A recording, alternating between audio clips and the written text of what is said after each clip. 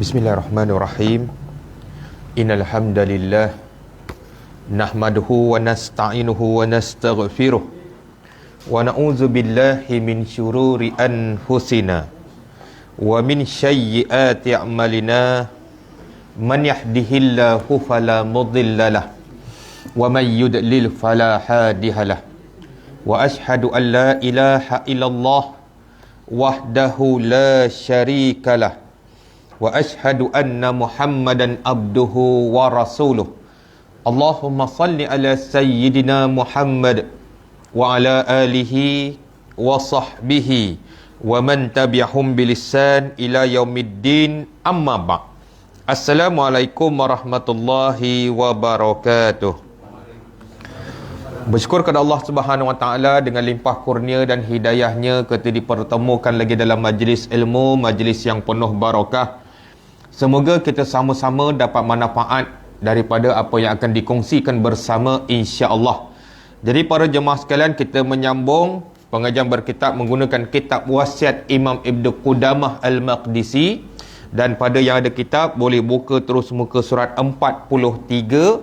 Kita masih lagi dalam bab tanggungjawab dan akibat, iaitu Imam Ibnu Qudamah letakkan satu wasiat tentang amanah, yang mana semua kita berada dalam surau ini memegang satu amanah, yang mana amanah ini Allah berfirman di dalam Al-Quran surah Al-Ahzab ayat ke-72, innal aradnal amanah ilas sama wati wal ard wal jibal. Sesungguhnya Allah tawarkan amanah ini kepada langit, langit menolaknya. Kemudian Allah tawarkan amanah ini kepada bumi, bumi juga menolaknya. Kemudian Allah tawarkan amanah ini kepada gunung ganang yang besar, gunung ganang juga menolaknya. Dan akhirnya Allah memerahkan ataupun menawarkan amanah ini kepada manusia. Lalu manusia menerimanya, dan Allah berfirman, sesungguhnya manusia ini adalah manusia yang bodoh. Yang mana manusia yang zalim, sebab sebesar makhluk Allah tidak mahu menerima amanah. Tetapi seselemah makhluk Allah iaitu manusia mahu menerima amanah ini. Sebab itu Allah nyatakan amanah ini amat-amatlah berat.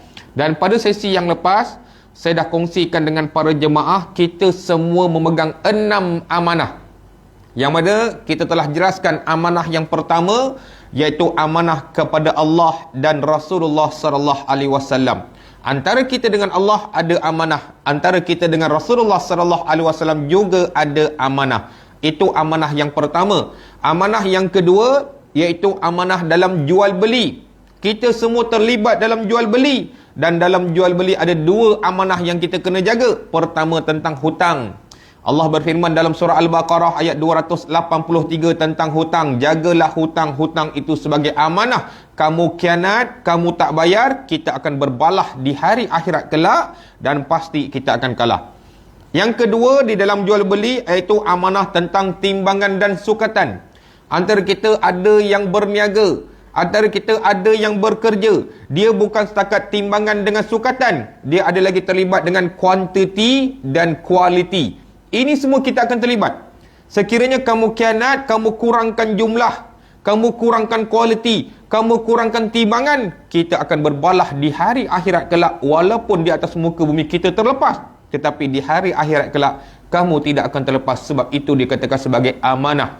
Kemudian amanah yang ketiga iaitu amanah dalam masyarakat. Kita semua terlibat dalam masyarakat, melainkan para jemaah duduk seorang-seorang dalam hutan ataupun dalam gua, tuan-tuan takkan terlibat dengan masyarakat. Amanah dalam masyarakat ada 2. Pertama tentang janji. Setiap janji yang kamu lapaskan perlu dikotakan, dan orang yang mendengar janji kamu ketika mana kamu tidak dapat kotakan janji tersebut, orang-orang ini akan berhadapan dengan Allah dan akan menuding jari kepada kamu. Mereka akan berkata di depan Allah, ya Allah, Fulan bin si Fulan menjanjikan macam-macam, tetapi satu pun tidak dikotakan. Kita akan berbalah di hari akhirat kelak, dan kita akan kalah kepada orang yang kita janjikan. Itu yang pertama. Yang kedua dalam masyarakat iaitu tentang kepercayaan. Antara kita ada saling mempercayai di antara satu sama lain. Kepercayaan itu adalah amanah. Jangan kamu khianat kepercayaan yang diberikan kepada kamu. Sekiranya kamu khianat, kita juga akan berbalah di hari akhirat kelak. Itu yang ketiga. Yang keempat, amanah dalam kepimpinan. Kita semua ni adalah pemimpin. Jangan kita beranggapan orang yang kita pilih, orang yang kita angkat, orang yang kita lantik itu sebagai pemimpin. Sebenarnya kita semua dalam surau ni adalah pemimpin. Seperti mana sabda Rasulullah sallallahu alaihi wasallam, setiap pemimpin akan dipertanggungjawabkan apa yang dia pimpin. Yang pertama, seorang amil, iaitu ataupun seorang ketua yang diangkat dalam satu golongan. Seorang amil akan dipertanggungjawabkan terhadap rakyat-rakyatnya. Yang kedua, seorang laki-laki, iaitu pun seorang suami, akan dipertanggungjawabkan apa yang berlaku dalam keluarganya. Yang ketiga, seorang wanita ataupun isteri akan dipertanggungjawabkan terhadap apa yang berlaku dalam rumah tangganya. Dan yang keempat, seorang hamba akan dipertanggungjawabkan apa yang terjadi pada majikan kamu. Kalau kita bukan seorang pemimpin, kita jadi seorang suami. Kalau kita bukan seorang suami, kita jadi seorang isteri. Kalau kita bukan seorang isteri, kita jadi seorang pekerja. Maksudnya tuan-tuan, kita semua. Tak ada orang yang tak bekerja. Tak ada orang yang tak bekerja, tak ada orang yang tidak pernah ada majikan. Setidak-tidak kita pernah bekerja, kita pernah makan gaji, itulah majikan kamu. Dan di hari akhirat kelak, majikan akan tuding jari kepada pekerja. Bukan pekerja akan tuding jari kepada majikan. Sebab itu Rasulullah bagi tahu, di antaranya kita adalah memegang amanah sebagai pemimpin. Itu yang keempat. Yang kelima, amanah dalam tugasan. Setiap tugasan yang diberikan kepada kamu perlulah diselesaikan dengan amanah. Sekiranya ada yang tidak selesai dan kamu khianat amanah tersebut, kita akan berbalah di hari akhirat kelak. Dan yang keenam, amanah dalam membuat keputusan, iaitu amanah dalam mesyuarat. Rasulullah SAW bersabda, setiap mesyuarat ataupun perbincangan ataupun majlis-majlis tertutup perlulah dilandaskan dengan amanah. Sekiranya dikatakan jangan pecahkan rahsia tersebut, jangan sebarkan maklumat tersebut, jangan kamu sebarkan sesekali. Sekiranya kamu sebar, kamu dikhianat kepada dalam perbincangan tersebut. Itu 6 perkara yang saya telah jelaskan kepada para jemaah. Dan malam ini kita sambung dalam kitab ini. Imam Ibnu Qudamah menyatakan, antara balasan-balasan ataupun siksaan yang disediakan oleh Allah kepada orang yang khianat kepada amanah ini. Baik tuan-tuan, pada yang ada kitab boleh muka surat 43 perenggan yang terakhir. Wa qala al-musannifu rahimahullah, berkata Imam Ibnu Qudamah dalam wasiatnya pada bab tanggungjawab dan akibat, muka surat 43 perenggan yang terakhir. Diciptakan kepada kita neraka yang sungguh dahsyat azabnya yang tidak dapat dibandingkan. Dan Allah Subhanahu wa taala berjanji untuk memenuhinya dalam kalangan kita manusia dan jin. Sebagaimana firman-Nya dalam surah Sajadah ayat ke-13, la amla'anna jahannama minal jinnati wan nasi ajmain. Demi sesungguhnya aku akan memenuhi neraka Jahannam dengan semua jin dan manusia yang pada masa hidupnya tidak berusaha untuk beriman dan beramal soleh. Bagaimana keadaan orang yang dibakar keseluruhan tubuh badannya oleh api neraka? Setiap kali terbakar hangus kulitnya, maka digantikan dengan kulit yang baru, diseret ke dalam kepanasan api neraka. Kepanasan memuncak kepada badan dan wajahnya, dituangkan di atas kepalanya, maka menggelegaklah apa yang berada di dalam perutnya. Disentap kulit daripada badannya, kemudian dibakar di dalam api neraka yang menyala pada jasad dan wajahnya. Azab yang tidak terperi sakitnya dan tidak akan berhenti, dan mereka tidak mampu untuk mengharapkan adanya jalan keluar. Allah berfirman dalam surah Az-Zukhruf ayat 74 hingga ke 77, innal mujrimina fi azabi jahannam khalidun la yufattaru anhum wa hum fihi mublisun wa ma zalamnahum walakin kanu humuz zalimin wa nadaw ya mali liyadi alaina rabbuka qala innakum makisun. Sesungguhnya orang-orang yang berdosa dengan kekufurannya kekal selama-lamanya di dalam azab seksa neraka Jahannam. Tidak diringankan azab itu daripada mereka, dan mereka tinggal menderita dengan berputus asa daripada mendapat sebarang pertolongan. Dan tidaklah kami menganiaya mereka, akan tetapi merekalah yang menganiaya diri sendiri. Dan mereka menyeru kepada ketua malaikat penjaga neraka dengan berkata, Wahai malaikat, wahai Malik, biarlah hendaknya Tuhanmu mematikan kami, kerana kami tidak tahan menderita. Malik menjawab, sesungguhnya kamu tetap kekal di dalam azab ini. Surah Az-Zukhruf ayat 74 hingga 77. Mereka tidak akan dikasihani walaupun mereka meraung dalam tangisan. Tidak akan diberikan keampunan walaupun mengadu kesengsaraan. Tidak akan diperkenankan walaupun mereka berdoa. Dan jika mereka memohon peluang untuk mendapatkan keredaan Allah Subhanahu Wa Taala, maka mereka bukanlah lagi daripada golongan yang diterima permohonannya. Allah berfirman dalam surah Fussilat ayat ke-24, fa iyasbiru fannaru maswallahum wa iyasta'tibu famahum minal mu'tabin. Oleh itu, sama ada mereka bersabar menderita azab ataupun sebaliknya, maka sama sahaja, kerana nerakalah tempat tinggal mereka. Dan jika mereka memohon peluang untuk mendapatkan keredaan Allah, maka mereka bukanlah lagi daripada orang yang diterima permohonannya. Jadi itu di antaranya apa yang terkandung dalam wasiat Imam Ibnu Qudamah tentang azab orang-orang yang tidak amanah. Dalam banyak-banyak kita baca tadi, saya pecahkan 5 bahagian. Ada 5 perkara penting yang kita kena faham apa yang Imam Ibnu Qudamah nak sampaikan kepada kita. Pertama, Imam Ibnu Qudamah nyatakan pada ayat yang pertama, sesungguhnya Allah berjanji akan memenuhkan neraka jahanam itu daripada kalangan jin dan manusia. Imam Ibnu Qudamah mengambil surah tadi, surah Sajadah ayat ke-13, la amla'anna jahannama minal jinnati wan nasi ajmain.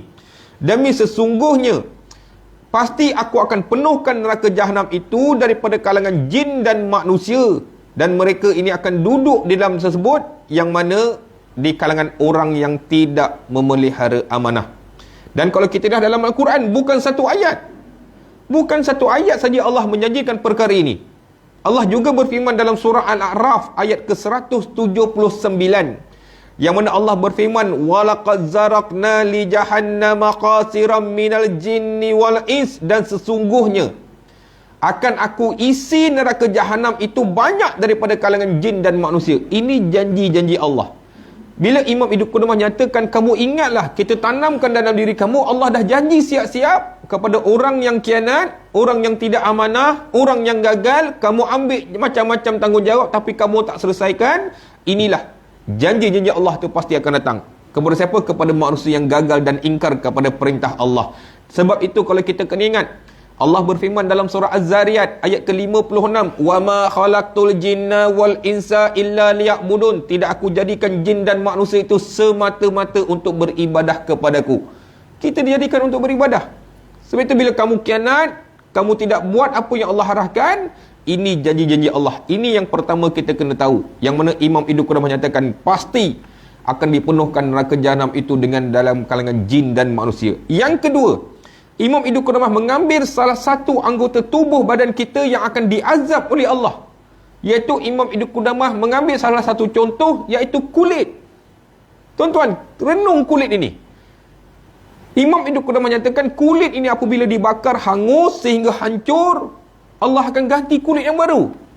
Perkara ini Allah berfirman dalam surah An-Nisa ayat ke-56, yang mana Allah berfirman, sesungguhnya orang-orang yang menafikan ayat-ayat kami, kelak kami akan masukkan mereka ke dalam neraka. Kullama nadijat juluduhum, dan setiap kali kulit mereka hancur, hangus, terbakar, ba'dalnahum juluda rairaha, Allah gantikan dengan kulit yang baru. Kalau kita buka tafsir dalam ayat ini, banyak tafsir mengatakan Allah gantikan dengan kulit yang baru, dan ketika mana kulit kamu hancur, manusia tidak akan mati. Manusia tidak akan mati untuk kali yang kedua, walau bagaimana hancur sekalipun, Allah ganti dengan yang baru untuk mengekalkan kesakitan yang patut kamu rasai. Itulah dia azab dia. Manusia menyangkakan bila kulit dah hancur mereka akan mati. Tidak akan mati. Kamu akan kekal berulang-ulang kali. Berapa ratus kalilah kulit kamu disalin, berapa ratus kalilah kulit kamu ditukar yang baru, itulah yang akan terjadi. Selagi mana kamu duduk dalam azab neraka Allah, itulah pusingan dia. Dan manusia tidak akan mati. Kemudian Allah berfirman, rupa-rupanya kulit yang dikatakan dalam Al-Quran, kulit ini akan bercakap di hadapan Allah. Kulit ni tuan-tuan akan bercakap ni. Kita rasakan macam tidak ada apa-apa. Tetapi di antara salah satu anggota tubuh badan yang akan bercakap di hadapan Allah yang dirakam di dalam Al-Quran, salah satunya kulit. Allah berfirman dalam surah Fusilat ayat ke-21, Allah menerangkan perkara ini. Dan ahli-ahli neraka akan berkata kepada kulit, lima syahidtum alaina, wahai kulit, kenapa kamu bercakap-cakap di hadapan Allah pada ketika ini? Lalu kulit akan menjawab, antaqanallahu allazi antaqa kulla syai'. Yang menjadikan kami berkata-kata adalah Allah. Kami akan bercakap apa yang kamu lakukan, kami akan bercerita apa yang kamu buat di atas muka bumi tanpa satu pun disembunyikan. Kulit ni akan bercakap di depan Allah ni. Ya Allah, ya Tuhanku, fulan bin si fulan menggunakan aku ini ketika mana telah diharamkan jangan bersentuhan di antara bukan mahram, disentuh juga. Ya Allah, fulan bin si fulan menggunakan kulit ni, ya Allah, ketika mana telah diharamkan jangan dedahkan aurat, dia dedahkan juga. Mampus kita tuan-tuan. Kalau kita tengok dalam surah Yasin, Allah berfirman bahawasanya tangan kamu akan berkata-kata, kami kaki kamu akan berkata-kata, Allah kunci mulut kamu. Semua tubuh badan kamu akan berkata-kata di depan Allah terhadap apa yang kamu lakukan. Kalau kita rasa kita boleh selamat, kita baca ayat ni tuan-tuan, manusia tidak akan boleh selamat. Tak boleh selamat. Apa yang diberikan kepada kamu dengan amanah tubuh, anggota tubuh badan itu sebagai amanah daripada Allah. Tapi kita tak jaga, kita lakukan maksiat. Sebab itu kita kena renungkan. Imam Ibn Qudamah hanya ambil satu contoh, iaitu kulit. Kalau dia nak letakkan pelbagai lagi anggota badan akan bercakap. Pelbagai anggota badan akan bercakap lagi. Tetapi hanya ambil satu, iaitu tentang kulit. Itu perkara yang kedua. Dan perkara yang ketiga, Imam Ibn Qudamah cuba sampaikan bahawasanya setiap kali manusia yang jatuh ke dalam gaung neraka Allah, iaitu manusia ini akan diseret, ditarik sampai ke tengah neraka Jahanam. Perkara yang Imam Ibn Qudamah ceritakan ini sebenarnya berada di dalam Al-Quran. Allah berfirman dalam surah Ad-Duhan ayat 47 hingga ke 50. Khuzuhu fa'tiluhu ila sawa'il jahim. Peganglah ia, tariklah ia, seretlah ia sampai ke tengah neraka Jahanam. Lalu dituangkan dengan air yang begitu panas. Hancur tubuh luluh mereka. Hancur luluh. Tapi Allah gantikan balik dengan yang baru. Siapa yang lakukan perkara ini? Malaikat Zabaniyah. Malaikat Zabaniyah. Allah telah mengarahkan malaikat Zabaniyah lah namanya, ketika mana kamu terhumban dalam neraka Allah, khuzuhu fa'tiluhu ila sawa'il jahim. Peganglah ia, tariklah ia, seretlah ia sampai ke tengah neraka Jahanam. Itu perkara yang kita kena ingat. Dan Allah terangkan lagi dalam Al-Quran, ada di antara mereka ini apabila ditarik, diseret, ada satu rantai besi dipasang di leher kamu, ditarik seperti mana seekor binatang. Kita tengok binatang macam mana diheret tuan-tuan. Tapi manusia diperlakukan begitu. Manusia diperlakukan begitu. Allah menceritakan perkara ini dalam surah Ghafir ayat 71. Dalam Al-Quran juga. Bukan kita ambil dalam buku cerita novel. Bukan kita ambil dalam majalah. Dalam Al-Quran Allah berfirman dalam surah Ghafir ayat 71, ketika mana mereka dibelenggu, dipasang rantai leher di mereka, lalu mereka diseret sampailah ke tengah neraka Jahanam. Dan Allah ceritakan lagi, kalau kita boleh bayangkan ketika mana kamu diseret pakaikan rantai besi, ada di kalangan mereka yang diseret muka atau wajah mereka disembam di atas lantai api neraka. Allah ceritakan dalam surah Al-Qamar ayat 48, yang mana Allah berfirman pada hari akhirat nanti mereka akan diseret ke neraka pada wajah mereka, yang mana wajah mereka akan disembam di atas lantai neraka Allah. Kalau kita bayangkan, agak-agak kita boleh selamat. Kita tak boleh selamat.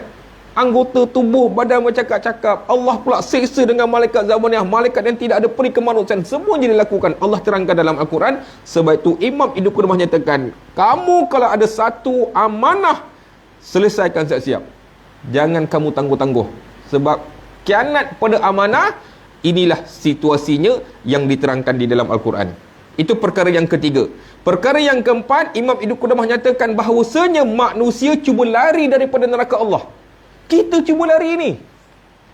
Dan apa yang Imam Ibn Qudamah nyatakan, rupanya dalam Al-Quran Allah nyatakan dalam surah Al-Hajj ayat ke-22.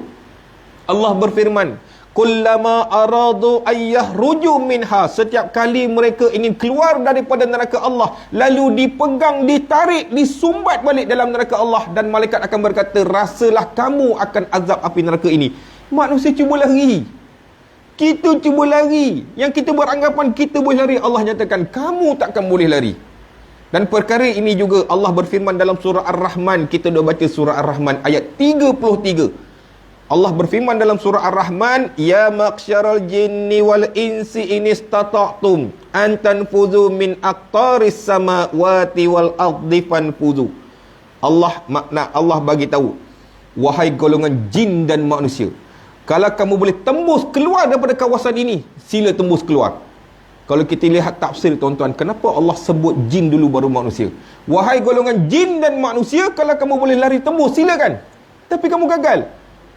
Dalam tafsir menyebut, Allah sebut nama jin dengan manusia, sebut jin dulu sebab di neraka nanti jin masih boleh terbang. Jin masih boleh terbang. Walaupun kehebatan jin yang boleh terbang pun tak boleh lepas daripada azab neraka. Allah suruh kita fikir, wahai manusia, kalau jin pun tak boleh lepas, agak kamu boleh lepas? Kita lagilah tak boleh lepas. Apa kekuatan kita ada? Kita tak ada kekuatan. Jin tu punya kuat pun tak boleh lepas, kita lagilah tak boleh lepas. So itu Imam Ibn Qudamah mengatakan, kamu nak cuba lari, kamu takkan cepat, kamu tidak akan lepas daripada neraka tersebut. Dan apabila manusia tidak dapat lari, Allah ceritakan rupa-rupanya manusia minta bantuan. Kepada siapa yang kita minta bantuan? Pertama, manusia akan minta bantuan kepada malaikat Malik. Siapa malaikat Malik? Ketua yang menjaga neraka Allah. Dalam satu riwayat Rasulullah pernah berceritakan tentang ada satu malaikat yang tak pernah senyum dan terlihat takut. Rasulullah pun takut. Jibril bagi tahu, itulah malaikat Malik yang tak pernah senyum. Allah menceritakan dalam surah Az-Zuruf ayat 77. Wa nadau ya Malik liyadi alaina rabbuka qala innakum makisun, iaitu penghuni neraka akan pergi kepada malaikat Malik. Wahai malaikat Malik, bagi tahu kepada Tuhan kamu, matikan kami, sebab kami tak larat. Wahai malaikat Malik. Malaikat Malik mengatakan, kekallah kamu duduk dalam neraka Allah. Manusia dah tak boleh minta bantuan. Manusia cuba cari malaikat Malik. Wahai malaikat Malik, doalah kepada Tuhan kamu agar kami ni mati terus. Malaikat Malik mengatakan, kekallah kamu duduk dalam neraka Allah. Perkara ini pun Allah cerita dalam Al-Quran. Maksudnya manusia dah tak boleh lari, minta bantuan. Itu bantuan yang pertama daripada malaikat Malik. Dan yang kedua, manusia akan minta bantuan kepada siapa? Kepada penghuni syurga. Penghuni syurga ini Allah menceritakan dalam surah Al-A'raf ayat ke-50. Yang mana penghuni syurga, penghuni neraka akan minta pertolongan kepada penghuni syurga. Allah berfirman, wa nada ashabun nari ashabal jannah. Penghuni neraka akan berkata kepada penghuni syurga, wahai penghuni syurga, berilah nikmat-nikmat yang Allah berikan kepada kamu, berilah kami makan, berilah kami minuman, berikanlah apa saja yang ada pada kamu. Dan ahli syurga akan berkata, qalu innallaha harramahuma alal kafirin, sesungguhnya pada hari ini kami diharamkan bantu kamu. Ini yang kedua. Minta malaikat Malik, kamu tak lepas. Kamu minta bantuan penghuni syurga, budak tak lepas. Yang ketiga, manusia akan minta pertolongan daripada malaikat yang menyiksa kamu. Apa permohonan dia? Manusia akan berkata, wahai malaikat, berdoalah kepada Tuhan kamu agar kami dapat rehat, walaupun dapat rehat satu hari. Perkara ini Allah rakakan dalam surah Ghafir ayat 49. Yang mana Allah berfirman, dan orang-orang yang berada dalam neraka Allah akan berkata kepada malaikat-malaikat yang menyiksa mereka, ud'u rabbakum yuhaffif anna yawman minal azab. Wahai malaikat, doalah kamu kepada Allah supaya kami dapat rehat satu hari pun jadilah. 3 permintaan manusia, 3 percubaan, satu pun tidak akan lepas. Satu pun tak akan lepas. Kenapa Allah terangkan begini? Allah nak bagi tahu, kamu duduk dalam neraka Allah, itu satu benda yang azab yang paling pedih. Kita bila kita dengar tentang amanah, kita selesaikan. Jangan kita yang tergolong dalam golongan ini. Dan yang terakhir, Imam Ibn Qudamah menyatakan, manusia tidak akan dikasihani. Kamu berdoa, kamu merayu, kamu bertobat, pada ketika itu satu benda pun tak berlaku dah. Satu benda pun tak laku. Sebab itu Allah ceritakan dalam surah At-Tahrim ayat yang ke-6. Ya ayyuhallazina amanu fu anfusakum wa ahlikum nara. Wahai orang-orang beriman, peliharalah dirimu dan ahli keluargamu daripada bakaran api neraka. Waquduhan nasu wal hijaratu 'alaiha, yang bahan bakarnya adalah manusia dan batu. Malaikatun ghilazun shidadul la ya'sunallah. Penjaganya adalah malaikat yang kasar, yang tidak berperi kemanusiaan, yang tidak ada belas kasihan dan tidak pernah ingkar kepada perintah Allah. Siapa dia? Inilah malaikat yang akan menyiksa kamu. Minta bantuan, dia tak akan layan. Nak berdoa, doa kamu tidak terima. Nak bertaubat, dah mudah terlambat. Ini 5 perkara yang Imam Ibnu Qudamah nyatakan, fikirlah wahai manusia tentang amanah. Dan Imam Ibnu Qudamah jelaskan siapakah dia yang mana apabila kamu minta pertolongan daripada malaikat, berdoa, menyesal dan semuanya tak boleh. Dan ketika itu Allah nyatakan dalam Al-Quran, manusia tidak akan dibunuh oleh malaikat. Kamu tak akan mati. Allah berfirman dalam surah Fatir ayat 36. Dan bagi mereka di dalam neraka jahanam itu, mereka tidak akan dijatuhkan hukuman bunuh supaya mereka mati, agar terlepas daripada siksaan, dan tidak pula diringankan azab neraka itu daripada mereka. Kamu tidak akan mati untuk kali kedua. Tak ada mati dah. Macam mana diazab, macam mana kulit kamu hancur, digantikan dengan yang baru.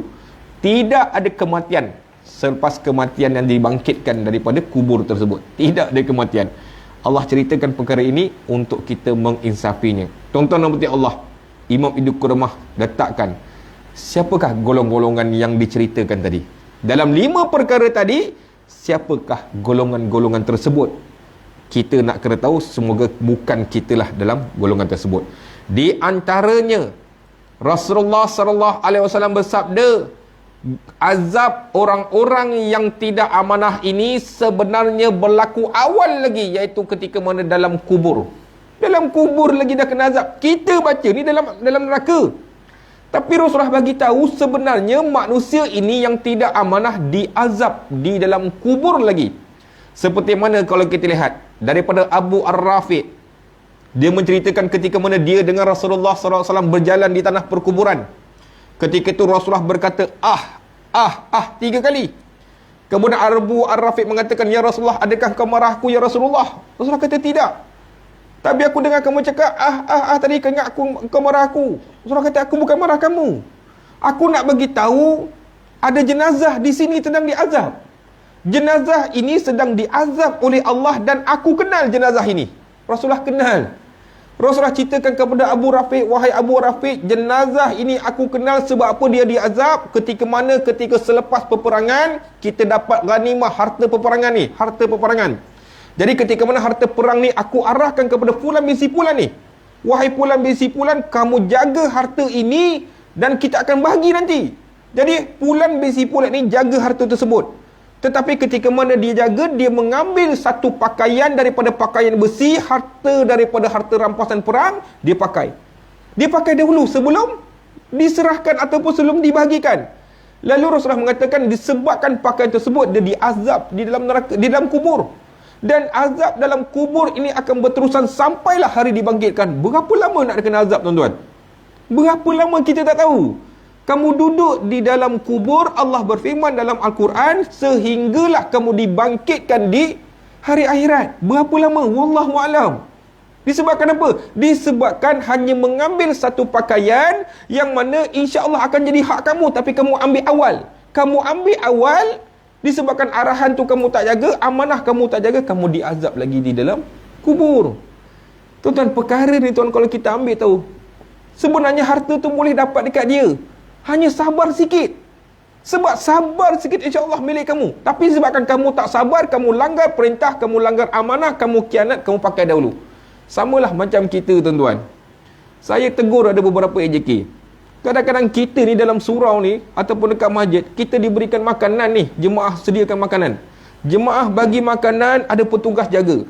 Kadang-kadang petugas ambil dahulu. Kalau ambil dulu, hak dia tidak ada masalah. Tapi dia ambil bukan daripada hak dia. Dia ambil secara berlebihan, dia simpan dahulu untuk orang-orang yang tak datang, untuk adik dia ke, untuk saudara dia ke, untuk siapa-siapa. Sedangkan itu bukan hak kamu.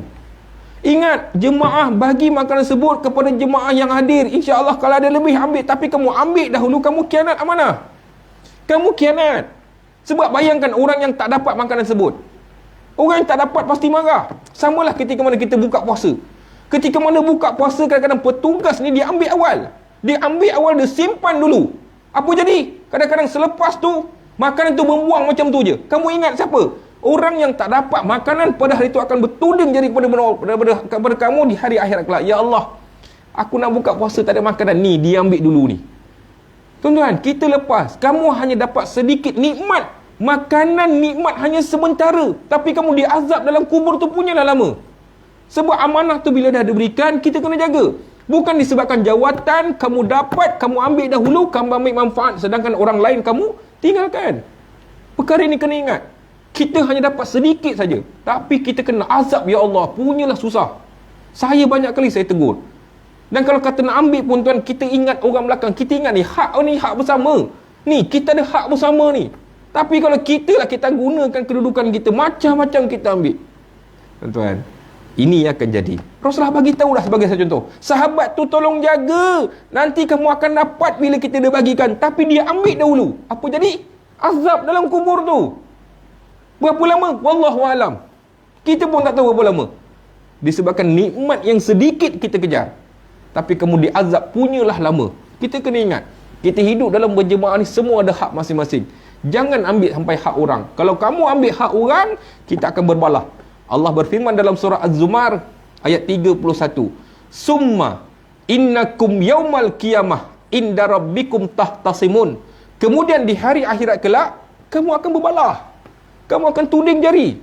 Kamu akan berbalah, kamu akan bergaduh, kamu akan ungkit di hadapan Allah. Dan pasti orang yang khianat akan kalah. Orang khianat akan kalah. Kamu nak cakap apa? Ya Allah, memang aku ambil pun. Dan aku ambil hak orang. Kita akan kalah. Dalam azab dia punyalah panjang. Kita dapat nikmat sikit je tuan-tuan. Satu hari pun nikmat tu mungkin tak dapat. Mungkin setengah jam je kita dapat nikmat. Tapi kamu diazab oleh Allah punyalah lama. Disebabkan nikmat yang sedikit kita khianat. Kamu diazab punyalah lama dalam kubur. Ini di antaranya. Rasulullah nyatakan kepada kita, dalam kubur kita duduk lama, bukan sekejap. Kalau dah zaman Rasulullah 1400 tahun dahulu, zaman-zaman para sahabat dulu dah meninggal sampai sekarang masih dalam kubur. Bila nak kiamat kita pun tak tahu. Dan mungkin dah mereka duduk lebih daripada umur di atas muka bumi. Kalau kita boleh selamat, insya-Allah. Tapi kalau kita tak selamat, kita akan minta kepada Allah, ya Allah, bila nak kiamat? Bila nak kiamat? Sebab terlampau panjang masa tersebut. Jadi ini perkara yang kita ingat. Ini golongan yang pertama. Kemudian kalau kita lihat tuan-tuan, antara golongan-golongan lain, yang pertama ialah orang yang khianat dengan hutang. Orang yang khianat dengan hutang, dia akan diazab oleh Allah seperti mana yang kita ceritakan tadi. Dan antaranya, orang yang khianat hutang ini ialah Rasulullah sallallahu alaihi wasallam bersabda, "Wa man akhadha amwalan nas yuridu adaaha adallahu anhu." Sesiapa yang mengambil harta manusia iaitu berhutang, tetapi dalam hatinya nak bayar balik, insya-Allah Allah pemudahkan kamu. Tetapi barang siapa yang berhutang memang hajat tidak nak bayar, Allah menyukarkan bayi tersebut dan Allah akan azab kamu. Sebab itu kita ni semua ada hutang kan, termasuklah saya. Tapi sekiranya hajat dalam hati kamu, ya Allah permudahkanlah, insya-Allah Allah mudahkan. Seperti mana Allah mempermudahkan siapa? Abu Umamah duduk dalam satu masjid. Ketika mana solat, dia solat. Ketika mana sahabat keluar, dia tak keluar. Lepas tu datang pada solat yang kedua, dia solat berjemaah, sahabat keluar, dia tak keluar. Sampai beberapa kali Rasulullah tegur, wahai Abu Umamah, kenapa kamu tak keluar? Kenapa sahabat-sahabat lain kamu pergi bekerja, kamu tak keluar? Dia kata, ya Rasulullah, aku ni banyak hutang. Aku keluar pintu tu, pasti aku kena tangkap. Aku keluar pintu ni, pasti aku kena tangkap. Aku tak boleh keluar. Kalau aku keluar, aku akan susah. Jadi hatiku susah, ya Rasulullah. Hutang ni banyak, tak boleh selesai. Kemudian Rasulullah mengatakan, wahai Abu Umamah, aku ajar kamu satu doa. Kamu bacalah doa pada waktu pagi petang. Allah akan menenangkan hati kamu dan Allah akan bayar hutang kamu. Siapa bayar? Allah yang bayar. Lalu Ubah mengatakan, ya Rasulullah, ajarlah ya Rasulullah. Rasulullah mengajarkan doa tersebut, Allahumma inni a'udzubika minal hammi wal hazan, wa a'udzubika minal ajzi wal kasal, wa a'udzubika minal jubni wal buh, wa a'udzubika minal ghalabatad daini wa qahri rijal. Dan dalam riwayat tersebut, Abu Umar mengatakan, selepas aku mengamalkan doa tersebut pada waktu pagi dan petang, dan Allah membayar hutangku. Allah memudahkan kepada orang yang nak bayar hutang. Sebab itu kalau kita lihat, di atas muka bumi kita selamat, kita boleh lari, kita boleh tukar nombor telefon, kita boleh pindah alamat, kita boleh buat macam-macam. Tapi di hari akhirat kita berbalah ni. Dia akan tuding pada jari, ya Allah ni sebulan tak bayar hutang lagi ni. Kita boleh lepas tuan-tuan? Tak lepas. Tak lepas. Macam mana pun inilah yang benda tersebut. Dan dalam sebuah hadis yang lain, Abu Hurairah radhiyallahu anhu berkata, Rasulullah sallallahu alaihi wasallam bersabda, nafsul mu'min mu'allaqah bidaini. Roh orang-orang yang beriman akan tergantung, ditunda untuk dihisap amalannya di hari akhirat kelak. Siapa? Roh orang beriman, bukan roh orang yang tidak beriman. Roh orang beriman. Mana orang beriman? Orang yang baik, orang yang tak tinggal solat, orang yang tak tinggal puasa. Roh orang beriman disebabkan hutang tu, dia akan tergantung untuk dihisap nanti. Itu orang yang baik. Kita pun dah terbabit. Sebab itu kalau kita ada hutang, insya-Allah niatkan dalam hati kamu, ya Allah, hutang ni banyak, ya Allah, permudahkanlah. Kita dah tahu dah perkara ini akan menyusahkan kita. Kemudian dalam sebuah hadis yang lain, Rasulullah sallallahu alaihi wasallam bersabda, matlul ghayni yizum. Menangguhkan bayaran hutang adalah satu kezaliman bagi orang-orang yang mampu. Kita hutang tak bayar, tapi dalam Facebook macam-macam kita letak, pergi sana, pergi sini, makan mehebat, macam apa bendanya. Kamu pertontonkan kepada orang yang kamu berhutang. Agak sakit hati tak? Sakit hati dia. Telefon tak berangkat, datang merayu. Kita pula patut kata merayu kat dia. Dah tak bayar hutang, lepas tu menunjuk-nunjuk pula tu. Itu benda yang zalim. Benda yang zalim. Kamu dapat kegembiraan hanya sedikit, tapi kamu zalimi orang lain. Sepanjang hidup kamu zalim pada orang lain. Perkara ini kita kena ingat. Azab dia pedih tak? Pedih azab dia. Dan yang menyukarkan, apabila kita bermasalah dengan orang, kita akan berbalah. Kita akan berbalah. Itu yang pertama, golongan yang pertama. Golongan yang kedua, golongan yang kianat dalam timbangan dengan sukatan. Kita semua terlibat. Jangan kata peniaga, pekerja pun sama. Pekerja selain pada timbangan, sukatan, kuantiti, kualiti. Kita telah menjanjikan kuantiti banyak ni, kualiti banyak, tapi kita khianat. Di atas muka bumi kita selamat, tapi di hari akhirat kelak, kita akan berhujah dengan mereka ni. Padahal mereka tak tahu pun. Oh, aku tak tahu pun kau khianat. Tapi di hari akhirat, kamu akan diketahui. Di atas muka bumi kita selamat. Ni berapa ramai yang kita berniaga ni tuan-tuan. Beribu-ribu customer. Rupa-rupanya semua kita khianat. Timbang tak cukup, semua tak cukup. Sebab perkara ini penting. So itu ada sahabat mengatakan, ya Rasulullah, kami tak sengaja, ya Rasulullah, kami tak sengaja. Kami akan timbangan tu dah cantik, rupanya timbang tu yang rosak. Itu alasan yang kita akan bagi. Sebab itu Rasulullah ajarkan. Rasulullah SAW bersabda, wahai para pedagang, wahai para penjual, wahai para peniaga dengan penjual dan pekerja, sekiranya dalam urusan jual beli itu telah berlaku, pasti akan datang syaitan. Maka fahsyubu bainakum bisidqah, campurkanlah jual beli kamu dengan sedekah. Maksudnya timbangan tu lebihkan sikit, kuantiti tu lebihkan sikit, anggap itu sedekah. Kalau dia kurang, dia akan menampung. Kalau lebih, anggap itu sedekah. Kan selamat kita. Tapi bila kita kedekut sangat dengan perkara ini, payah jadinya. Semua nak ngam-ngam, kedekut sangat. Jadi kita khawatir. Bukan berdosa kedekut tu, tak ada masalah, bagi ngam tu, tapi pastikan dia mencukupi. Tapi kalau kita risau, macam mana sahabat Rasulullah kata, fahsyubu bainakum bisidqah, campurkan jual beli kamu dengan sedekah, insya-Allah kita akan selamat. Kita berhenti dulu tuan-tuan ni untuk azan.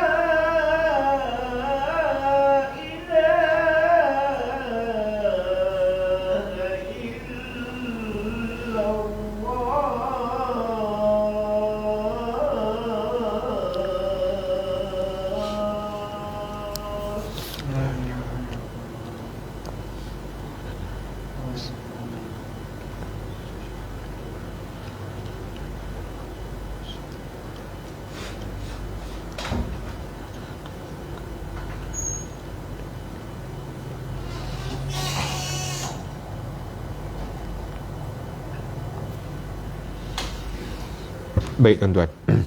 Jadi kita nombor 2, iaitu nombor 2 ni ialah tentang amanah dalam timbangan dengan sukatan. Perkara ini diletakkan di dalam Al-Quran. Allah berfirman dalam surah Al-Mutaffifin ayat pertama hingga yang ketiga. Wailul lil mutaffifin. Kecelakaan besarlah bagi orang-orang yang curang dalam timbangan dan sukatan. Bila Allah nyatakan dalam Al-Quran, kecelakaan besarlah kepada mereka golongan ini, jangan kita lakukan. Sebab bila Allah letakkan di dalam Al-Quran, perkara ini menjadi perkara yang serius. Jangan sesekali kamu curang dalam timbangan dan sukatan. Dan Allah berfirman dalam surah Al-Isra ayat 35, wa auful kaila iza kiltum, dan sempurnakanlah takaran bila kamu menakarnya, dan wazinu bil qistasil mustaqim, timbanglah dengan timbangan yang benar. Ini antara ayat-ayat yang Allah letakkan dalam Al-Quran. Semoga kita terhindar. Kalau kita berurusan, ingatkan, pastikan benda itu mencukupi. Ingat, bukan setakat timbangan dengan sukatan, dia termasuklah kuantiti dan juga kualiti. Kualiti ini yang kamu janjikan, spesifikasi ini yang kamu janjikan, kamu kotakan. Jangan kamu menukar ataupun lebih rendah daripada perkara tersebut. Itu yang kedua. Yang ketiga, golongan yang ketiga, ia akan diazab oleh Allah dalam neraka nanti, orang yang suka berjanji tapi tak dikotakan. Kita ni semua ni, kita semua ni kadang-kadang suka berjanji ni. Asal orang cakap, kita kata okey. Asal kata okey, kita kata dan. Asal kita kata selesai. Tuan-tuan ingat, perkara yang akan datang bukan milik kita. Perkara yang akan datang milik Allah Subhanahu Wa Taala. Jangan kamu melampaui keputusan ataupun ketetapan daripada Allah. Sebab perjanjian kamu benda yang akan datang, kamu telah melangkaui ketetapan daripada Allah Subhanahu Wa Taala. Sebab itu jangan sebarkan janji yang benda yang akan datang. Perkara ini Allah berfirman dalam surah Al-Isra ayat 34. Wa aufu bil ahd innal ahda kana mas'ula. Sempurnakanlah perjanjian kamu dengan Allah dan juga manusia. Sesungguhnya perjanjian ini akan ditanya di hari akhirat kelak. Berapa banyak yang kita janji tapi kita tak kotakan. Orang yang mendengar perjanjian, orang yang mendengar lafaz kamu, orang yang mendengar janji-janji kamu akan tuntut di hari akhirat kelak. Berapa ramai yang dengar, tuan-tuan? Berapa ramai yang kamu dengar? Kita ambil contoh waktu berkempen, macam-macam janji ditabur. Ingat, orang yang mendengar akan tuntut di hari akhirat. Ya Allah, ni janji pun tak selesai lagi. Mampus kita, tuan-tuan. Sebab itu dalam Al-Quran Allah mengatakan, sebutlah insya-Allah. Benda yang akan datang bukan milik kita. Tapi disebabkan kebodohan kita, kejahilan kita, kita janji macam-macam. Setiap kali janji pasti akan dituntut. Dan Allah nyatakan dalam Al-Quran, sesungguhnya perjanjian itu akan ditanya oleh Allah Subhanahu Wa Taala di hari akhirat kelak. Dan orang-orang yang suka berjanji sebenarnya, Rasulullah bagi tahu, orang yang suka berjanji dan tidak dikotakan, dia dilaknat oleh Allah, oleh Rasul, dengan oleh seluruh manusia di atas muka bumi. Dalam sebuah hadis, Rasulullah SAW bersabda, man akhfara muslim fa alaihi laknatullah wala malaikati wan nasi ajmain. Barang siapa yang tidak menepati janji antara muslim, maka dia mendapat laknat Allah, laknat malaikat dan laknat seluruh manusia di atas muka bumi. Dan la yuqbalu minhu safwala'at, tidak diterima taubatnya. Kan pedih, tuan-tuan. Teruk. Kadang mulut kita ringan sangat. Asal cakap, yuk boleh, confirm jadi. Jangan kamu yakin perkara yang akan datang. Perkara yang akan datang milik Allah, bukan milik kita. Setidak-tidak lepas ni kita ringankan mulut, cakap insya-Allah, insya-Allah, insya-Allah, selamatkan kita. Selamat ke tidak? Insya-Allah selamat. Tapi bila suka sangat berjanji, malam ni confirm. Jangan, tuan-tuan. Orang yang mendengar janji kamu, dia akan tuntut di hari akhirat kelak. Jangan suka-suka berjanji. Itu perkara yang ketiga. Perkara yang keempat, golongan yang keempat yang akan diazab oleh Allah ialah pemimpin. Macam saya kata tadi, kita semua ni pemimpin. Kalau kamu bukan pemimpin dia dilantik, kamu jadi seorang suami. Kalau bukan seorang suami, kamu jadi seorang isteri. Kalau bukan seorang isteri, kamu seorang pekerja. Pekerja, tuan-tuan. Pekerja ni, majikan akan tuding jari kepada pekerja di hari akhirat kelak. Disebabkan apa? Kebanyakan masalah daripada pekerja. Saya buat kursus motivasi banyak. Syarikat-syarikat, pihak kerajaan kadang-kadang kita buat. Tuan-tuan, majoriti bila saya tanya, kebanyakan pekerja yang diterima masuk bekerja dalam kontrak, dia hanya tengok pada gaji, pada jawatan, pada benefit, pada manfaat, tetapi dia tidak melihat kepada tanggungjawab. Kamu tak tengok habis. 13 muka surat, 14 muka surat dia sign. Dia hanya tengok pada benefit. Sedangkan di dalam perkara-perkara tersebut yang menyebabkan kamu akan dituding jari oleh majikan kamu. Waktu kerja begini-begini, kamu tak ikut. Peralatan pejabat jangan digunakan untuk persendirian, kamu tak ikut. Mengikut segala keputusan majikan, kamu tak ikut. Sebab itu hadis Rasulullah bagi tahu tadi, majikan akan tuding jadi kepada pekerja, bukan pekerja tuding jadi kepada majikan. Sebab kamu yang langgar banyak. Perkara yang jadi, tuan-tuan, jadi.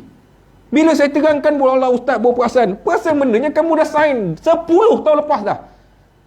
Benda tu baru nak perasan sekarang, sebab kejahilan manusia. Sebab itu bila satu tanggungjawab diberikan kepada kamu, satu jawatan jadi beban, bukannya senang. Sebab itu langit pun tak nak, bumi pun tak nak, gunung ganang pun tak nak, tapi manusia ambil. Bila manusia ambil, kamu gagal, aku sarankan. Gagal. Jadi ini perkara, setiap pemimpin akan dipertanggungjawabkan terhadap apa yang kamu pimpin. Kita ambil sebagai contoh lah, tuan-tuan. Di antaranya diletakkan dalam kitab, antara pemimpin-pemimpin yang akan dimasukkan ke dalam neraka Allah. Yang pertama, pemimpin yang menyerahkan tugasan kepada orang yang tak berhak menerimanya. Dia serahkan tugasan, dia lantik orang disebabkan kepentingan dia. Sebab kau boleh cover aku lantik kamu. Disebabkan kau sahabat aku lantik kamu. Disebabkan kau saudara aku, kita lantik. Orang inilah yang akan diazab oleh Allah, terjerumus ke dalam neraka. Sebabkan kuasa yang diberikan kepada dia, dia khianat. Dia melantik kepada orang yang dia suka, orang yang boleh membantu dia, orang yang boleh mendatangkan manfaat kepada dia. Ini golongan pertama. Golongan yang kedua, pemimpin yang buat keputusan yang tidak adil. Kamu buat keputusan, satu golongan merana. Kamu buat keputusan, satu golongan menyusah. Kamu buat keputusan, satu golongan teraniaya. Kamu akan diazab oleh Allah. Buat keputusan, kenalah dengan adil. Dan setiap kali keputusan yang diambil, perlulah konsensus. Jangan disebabkan kuasa kamu gunakan kuasa veto. Ini juga dinyatakan dalam kitab. Disebabkan keputusan kamu akan menanggung. Siapa yang menderita di atas keputusan kamu, orang yang menderita ni akan berhujah depan Allah. Ya Allah, dia buat keputusan dengan tak betul. Disebabkan apa? Tanggungjawab kita. Buat keputusan tak betul. Dan yang ketiga, dia mengatakan orang yang pemimpin yang khianat pada amanah, iaitu mengumpul harta untuk kekayaan diri sendiri. Disebabkan ada kuasa, macam-macam dia sebat, sehingga kan orang lain merana di atas keputusan tersebut. Jangan mengambil harta orang lain.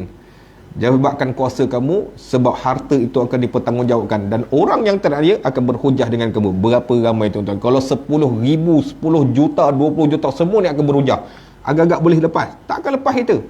Dan yang keempat, pemimpin yang buat keputusan yang mendatangkan kemurkaan Allah. Yang haram boleh jadi halal, yang halal itu diharamkan. Orang yang bersalah boleh jadi benar, yang benar boleh disalahkan. Perkara ini boleh mendatangkan kemurkaan Allah. Setiap keputusan di atas muka bumi kamu selesai, tapi kamu telah mendatangkan kemurkaan Allah. Ini perkara yang keempat. Tuan-tuan dan puan Allah, sebab itu dalam sebuah hadis, Anas bin Malik radhiyallahu anhu berkata, Rasulullah sallallahu alaihi wasallam bersabda, yuja'u bi imamil qa'ini yaumal qiyamah, pada hari kiamat nanti akan dibawa seorang pemimpin yang kita lantik. Ni kita dalam surau ni, kita lantik seorang pemimpin, itu akan dibawa di hadapan kamu. Rasulullah mengatakan orang yang melantik ini akan berhujah, yang mana kamu tak selesai amanah, kamu khianat, segala keputusan yang kamu buat keputusan yang tidak betul. Orang yang melantik kamu akan berhada di hadapan kamu. Rasulullah mengatakan kamu akan berhujah. Dan sudrukna min arkan jahannam, pemimpin tadi akan dibaling oleh Allah ke dalam neraka. Sebab apa? Dia khianat. Kita akan berbalah ni. Kita akan berbalah. Kita apabila dipimpin dalam satu kumpulan, mereka akan berhadapan dengan Allah. Kita akan duduk depan dia. Kalau kita selesai amanah, kita selamat. Tapi tak selesai, kita akan terjerumus ke dalam neraka Allah. Siapa pemimpin tadi? Bayangkan tuan-tuan, contohlah kalau kata pengurusi surau ni, kita pegang berapa ahli karya? 500 ahli karya. 500 akan berhadapan dengan kita. Kamu akan berjawab. Seorang-seorang kamu di hadapan. Rasulullah mengatakan, kalau kamu khianat, Allah campak kamu ke dalam neraka tersebut. Dan kalau kita benar, kita akan selamat. Tapi kalau kamu tidak benar, ini di antaranya. Sebab itu tuan-tuan, saya kata, saya pernah cerita dengan tuan, tak pasti. Saya pergi satu mesyuarat. Saya setiausaha surat masjid. Mantan setiausaha masjid. Setiap kali surau dia nak buat AJK punya mesyuarat pelantikan baru, saya akan jadi pengusi mesyuarat. Dalam pemilihan tersebut, bila ditanya ada satu jawatan Bilal ni berebut sampai 3-4 calon. Padahal nak cari Bilal 2 orang je pun. Tapi bila calon dia banyak, sampaikan jawatan-jawatan lain takut tak terisi. Sebab kita banyak jawatan kan. Tapi kalau kamu dah berebut nanti susah. Jadi bila saya tanya Bilal, tahu tak Bilal ni tanggungjawab apa? Dia kata azan dengan kamat je ustaz. Saya kata tak betul. Di Selangor, Bilal kena uruskan jenazah. Di Selangor, Bilal jadi orang yang nombor 2 kepada imam. Bila imam tak ada, Bilal kena naik. Itu jawatan yang dipanggang oleh Bilal dan itu tanggungjawab dia. Bila saya jelaskan tentang tanggungjawab Bilal uruskan jenazah, tarik diri mereka. Kenapa tarik diri? Sebab kamu ambil jawatan, kamu tak fikir. Kamu ambil jawatan, kamu tak baca. Kamu ambil jawatan, kamu tak tahu maksudnya apa. Dan kamu ambil jawatan untuk apa? Untuk dapat nama. Inilah perkara yang disebabkan kamu terjerumus ke dalam neraka Allah. Kita pun tak faham. Kita ambil sesuatu perkara, kita tak baca habis. Kita ambil untuk bergembira, dapatkan jawatan, untuk dapatkan penghargaan, untuk nak buat apa? Kamu dapat kegembiraan yang sedikit atas muka bumi, tapi kamu diazab punya nama. Disebabkan apa? Sebab kita sendiri tak faham. Kita berebut-rebut tentang perkara tersebut. Termasuklah pengurusi. Tuan-tuan bayangkan, pengurusi lama apabila pindah kepada pengurusi baru, kita buat majlis, nampak perpindahan seperti mana satu pengarahan. Tetapi sebenarnya satu beban. Jemaah jumlah yang banyak ni akan letakkan kepada bahu kamu. Jangan fikir yang cantik, fikir yang beban ni. Yang kena pelik sampai berebut sangat nak pergi jadi pengurusi, berebut sangat dapat jawatan. Kita kena fikir benda tersebut. Allah letakkan kamu akan diazab sebab benda ni berat sampai langit pun tak nak, bumi pun tak nak, gunung ganang pun tak nak. Tapi kita boleh ambil, kita berebut. Sebab satu benda ini kamu akan bertanggungjawab. Berapa jumlah dalam tanggungan kamu, semua kamu akan jawab. Termasuklah saya, tuan-tuan. Saya ketua Amil Karyah, mantan ketua Amil Karyah. Ketua Amil Karyah ni boleh sign. Tuan-tuan minta bantuan, saya sign lulus. Tuan-tuan minta bantuan, saya sign lulus sebab duit zakat. Tapi bayangkan, saya handle 22 surau. Kalaulah satu surau ada 1,000 orang, saya handle 22,000 orang. Dalam tempoh saya pegang jawatan tersebut, 22,000 orang ni, kalau saya tak bantu, ada kalangan mereka tak dapat makan. Ada kalangan mereka tak ada duit. Ada kalangan tak boleh pergi sekolah. Tak boleh. Saya kena menjawab. Kalau saya tak gagal, saya gagal di atas muka bumi, dekat akhirat tu. Berapa ramai tuan-tuan? 22,000 orang. Bila kita PKB, saya tak ambil jawatan tersebut. Tapi bila kamu berjaya, kamu akan diberikan ganjaran. Tapi kalau kamu tak berjaya, kamu terimalah azab. Dan jawatan tersebut, tuan-tuan, hebat. Saya pergi dapat sambutan, saya pergi dapat makan, saya pergi dapat orang hormat saya. Hanya segelintir kehebatan di atas muka bumi kamu dapat. Tapi kamu nak menjawab macam mana? 22,000 orang. Dia kata, Ustaz Faizal, saya tak makan hari tu, dia tak bagi bantuan, saya minta bantuan tak nak bagi. Jadi ingat perkara ni, punyalah payah, tuan-tuan. Punyalah payah. Sebab itu Allah letakkan dalam Al-Quran perkara ini amat-amat perlu kita tengok balik. Jangan kita buat. Dan di antaranya, tuan-tuan rahmati Allah, apabila kita dilantik, pertama, kamu kena tunaikan kepercayaan orang. Sebab apa? Allah berfirman, Rasulullah SAW sabda, addi amanah ila man iktimanka. Tunaikanlah amanah kepada orang yang percaya kamu. Sebab bila orang kamu dah lantik, orang undi kamu, orang sokong kamu, kepercayaan itu kena selesaikan dulu. Kamu khianat dengan kepercayaan yang ada, itu salah satu malapetaka. Dan ingat, ada di kalangan AJK yang namanya ada tapi tak pernah datang mesyuarat pun. Menganggap benda tu tak penting. Ingat, kamu dah lantik, segala kamu lantik secara sukarela ataupun dipaksa, jawatan tetap jawatan. Dipaksa ataupun secara sukarela, jawatan tetap jawatan. Jangan kamu kembali lari. Kamu tak kembali lari. Akan dipertanggungjawabkan. Orang percaya kepada kamu, kamu khianat kepercayaan tersebut. Kamu tak layan dengan tugas. Perkara ini akan disoal oleh Allah. Dan di antara orang-orang yang termasuk dalam neraka nanti, dia mengaku kepada Allah. Iaitu Allah berfirman dalam surah Al-Mudassir ayat 43 hingga 45. Allah berfirman, mereka ahli neraka akan berkata, ya Allah, dulu kami ni termasuk dalam golongan-golongan yang tidak melakukan solat. Dan yang kedua, walam nakunut imul miskin, kami juga tak bantu orang miskin. Dan yang ketiga, wa kunna nakhudu mal qaidin, dan kami biasa berbincang dengan tujuan yang batil. Salah satu golongan siapa? Tak tolong orang yang miskin. Kamu ada dah kuasa tapi tak bantu. Orang tu datang minta bantuan, saya fikir saya lah, tuan-tuan, jawatan saya tadi mampu nak jawab. Tapi bila kita tahu cakap, ya Allah, bagilah kami kekuatan. Dah lepas saya tak ambil dah, tuan-tuan. Sebab saya takut nak menjawab depan Allah payah. Sebab masalah dengan manusia ni payah. Masalah dengan Allah, insya-Allah Allah boleh maafkan. Tapi masalah dengan manusia ni memang payah. Manusia akan tuntut selagi mana. Manusia nak lepaskan kita, manusia tak akan lepas. Sebab dirinya dia pun tak tahu dia akan lepas ke tidak. Dan kita juga akan tuntut kepada orang yang kita boleh tuntut. Ini di antaranya tentang perkara tersebut. Dan tuan-tuan, saya kongsi dengan tuan-tuan. Saya kongsikan, tuan-tuan ingat ayat ni. Surah Az-Zumar ayat 31. Summa innakum yaumal qiyamah inda rabbikum tahtasimun. Kemudian di hari akhirat kelak kita akan berbalah, dan kamu takkan kenal dah adik-beradik, kamu tak kenal mak bapak, kamu tak kenal siapa saja, kamu tak kenal. Kamu akan berbalah mendapatkan hak kamu. Dan ketika mana ayat ini dibacakan, sahabat bertanya, dia kata, ya Rasulullah, adakah benar kita akan bertengkar di hari akhirat seperti mana kita bertengkar di atas muka bumi? Kita bertengkar, kita bercakar, kita berpukul-pukul, kita akan menjadi, adakah sama dengan akhirat? Apa jawab Rasulullah? Rasulullah menjawab, na'am, la yukarrara anna alaikum hatta yu'addala illa kulli zihaqqi haku. Betul. Kamu akan berhujah, kamu akan bertengkar, kamu akan bergaduh sehinggalah hak kamu dapat yang akan diadili oleh Allah, barulah perkara itu selesai. Selagi benda itu tak selesai, kita akan berhujah. Dengan siapa? Antara manusia. Di atas muka bumi nampak kita macam baik, tetapi di hari akhirat kita akan bertengkar. Termasuklah tuan-tuan dengan saya. Kalau sekiranya saya gagal amanah saya pada malam ini untuk sampaikan ilmu, saya sampaikan benda yang lain, membuang masa jemaah, kita akan bertengkar. Kita akan bertengkar ni. Tuan-tuan akan tuling jari pada saya, tu Ustaz Faizal tu duduk malam tu, benda apa dia cerita pun kita tak tahu, membuang masa kami. Kita akan berhujah, kita akan bertengkar. Kalau saya tahu, saya tak datang malam ni, saya duduk kat rumah tengok cerita TV3. Tapi ini amanah. Amanah dah kena bagi, kamu kena selesaikan. Jangan khianat kepercayaan. Jangan buat benda yang bukan-bukan. Kita akan berhujah, dan Rasulullah mengatakan kamu pasti akan kalah. Jadi itulah tuan-tuan di antaranya perkongsian yang boleh kita kongsikan kepada para jemaah. Dan pada bulan hadapan kita sambung lagi bab ni. Bab ini tak habis lagi. Ada pecahan yang ketiga. Rasulullah, Imam Ibnu Qudamah dia bagi satu contoh, iaitu seorang hamba Allah bernama Yazid Ar-Raqishi. Yazid Ar-Raqishi ni, dia baca Al-Quran, dia takut dengan janji-janji Allah ni. Dia menangis sehingga dia meninggal dunia. Seperti mana kita baca malam ni, Yazid Ar-Raqishi dia faham tentang ayat Quran. Bila dia bacakan, dia menangis, dia takut azab Allah sampai dia meninggal. Adakah kita boleh buat macam tu? Kita tak akan buat. Tapi sebab apa dia menangis, kita akan bincangkan pada sesi yang akan datang. Yang baik itu datang daripada Allah, kekurangan itu datang daripada saya sendiri.